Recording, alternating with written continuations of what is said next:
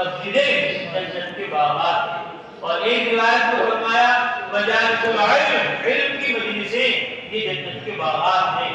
اور ایک روایت میں فرمایا حلق الذکر، ذکر کے حلقے یہ جنت کی کیاریاں ہیں، جنت کے باغات ہیں۔ اور اللہ نے اپنے فضل و کرم سے ہمیں تینوں جگہ جمع فرما دیا۔ یہ مسجد اللہ کا گھر بھی ہے اور یہاں علم کی باتیں، قرآن کی باتیں ہو رہی کہ اللہ کے نزدیک مہینوں کی تعداد 12 ہے۔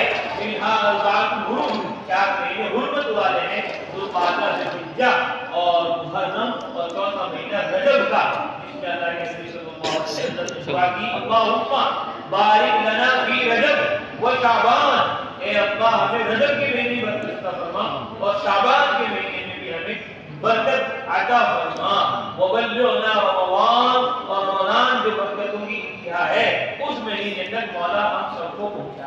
کچھ معلوم نہیں کون رمضان المبارک آتے آتے زمین کے اوپر ہوگا اور کون زمین کے نیچے ہوگا۔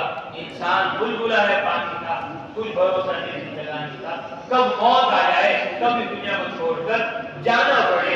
اس لیے رسول اللہ صلی اللہ علیہ وسلم رمضان المبارک کے انتظار میں آپ صلی اللہ علیہ وسلم یہ دعا فرمایا کرتے تھے۔ اور علماء نے لکھا کہ پہلے زمانے میں محدثین، فقہاء، ائمہ، اللہ کے نیک بندے 6 مہینے پہلے ہی دعا کرتے تھے کہ اللہ رمضان المبارک تک ہم سب کو پہنچا۔ یہاں تک کہ رمضان آتا پھر رات دن عبادت میں لگ جاتے اور پھر 6 مہینے تک اللہ تعالیٰ سے دعائیں مانگتے رہتے۔ اے اللہ رمضان میں جو ہم نے قرآن پڑھا، رمضان میں جو ہم نے حدیث پڑھی، رمضان میں ہم نے جو علم حاصل کیا، ذکر کیا، عبادت کی، دعوت دی، اے اللہ ساری عبادت کو، دعوت کو، تلاوت کو، ذکر کو، توبہ کو، استغفار کو قبول فرما۔ یہ اس کے نزدیک قدردانی تھی رمضان المبارک۔ تو رجب کا جو مہینہ ہے اس میں رسول اللہ صلی اللہ علیہ وسلم نے یہ دعا سکھلائی ہے، جس میں شروع میں پڑھ لی بہت اچھا، جان دیکھتے ہی پڑھ لیا اللہم بارک لنا فی رجب و شعبان وبلغنا رمضان، یہ سنت پر عمل ہو گیا۔ اور جس نے شروع میں نہیں پڑھا اس کو معلوم نہیں تھا، یاد نہیں رہا، تو اب پڑھ لے تو اب بھی اس کی سنت پر عمل ہو جائے گا۔ سب پڑھ لو اللہم بارک لنا فی رجب و شعبان، اور ہم سب کو رجب میں اور شعبان میں برکت عطا فرما، وبلغنا اور رمضان المبارک تک ہم سب کو پہنچا۔ بس اس مہینے کے اندر یہ چیز صحیح روایت سے ثابت ہے۔ اور بعض روایتوں کے اندر آیا کہ حضرت محمد صلی اللہ علیہ وسلم رجب کے مہینے میں 27ویں رجب کو معراج پر تشریف لے گئے۔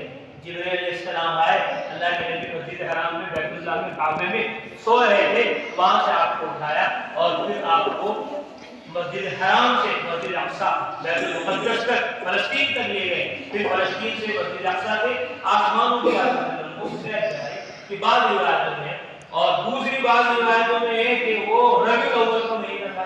اب وہ ربیع الاول کا مہینہ تھا یا وہ رجب کا مہینہ تھا، اس میں علماء کا اختلاف ہے۔ اس سے صحیح طور پر یہ نہیں کہا جا سکتا کہ وہ رجب ہی کا مہینہ تھا اور 27ویں رجب تھی، ہو سکتا ہے وہ ربیع الاول کا مہینہ ہو اور اس کی کون سی رات ہے اللہ ہی جانتا ہے۔ تو اس لیے اس رات کو خاص طور پر متعین کر دینا کہ وہ یہی رات ہے رجب کی، علماء فرماتے ہیں یہ درست نہیں۔ اور بعض لوگوں نے کہہ دیا کہ بھئی رجب کے اندر، رجب کی رات میں آپ صلی اللہ علیہ وسلم گئے تھے معراج پر، اس لیے اس رات میں خوب عبادت کرو۔ اور بعض نے تو یہ یہاں تک کیا کہ رجب المرجب کی جو رات ہے 27ویں، وہ شب قدر سے بھی افضل ہے، شب قدر سے بھی اعلیٰ ہے اور بہتر ہے۔ لیکن علماء فرماتے یہ بات صحیح نہیں ہے، یہ بات کسی صحیح روایت سے ثابت نہیں ہے کہ 27ویں رجب وہ شب قدر سے بھی زیادہ افضل اور اعلیٰ ہے۔ اور پھر بعد نے کہہ دیا کہ 27 تاریخ کی رات تو افضل اعلیٰ ہے ہی، اور اس سے اگلے دن آدمی کو روزہ بھی رکھنا چاہیے۔ جیسے شب برات میں روزہ رکھتے ہیں ایسے ہی 27 کے 28 کے رجب کو بھی روزہ رکھنا چاہیے۔ لیکن فرماتے یہ بھی صحیح نہیں، اور یہ آج نہیں بہت دن پہلے شروع ہو گیا تھا۔ عمر رضی اللہ تعالیٰ کے زمانے میں لوگوں نے روزہ رکھنا شروع کر دیا رجب کا، تو انہیں پتہ چلا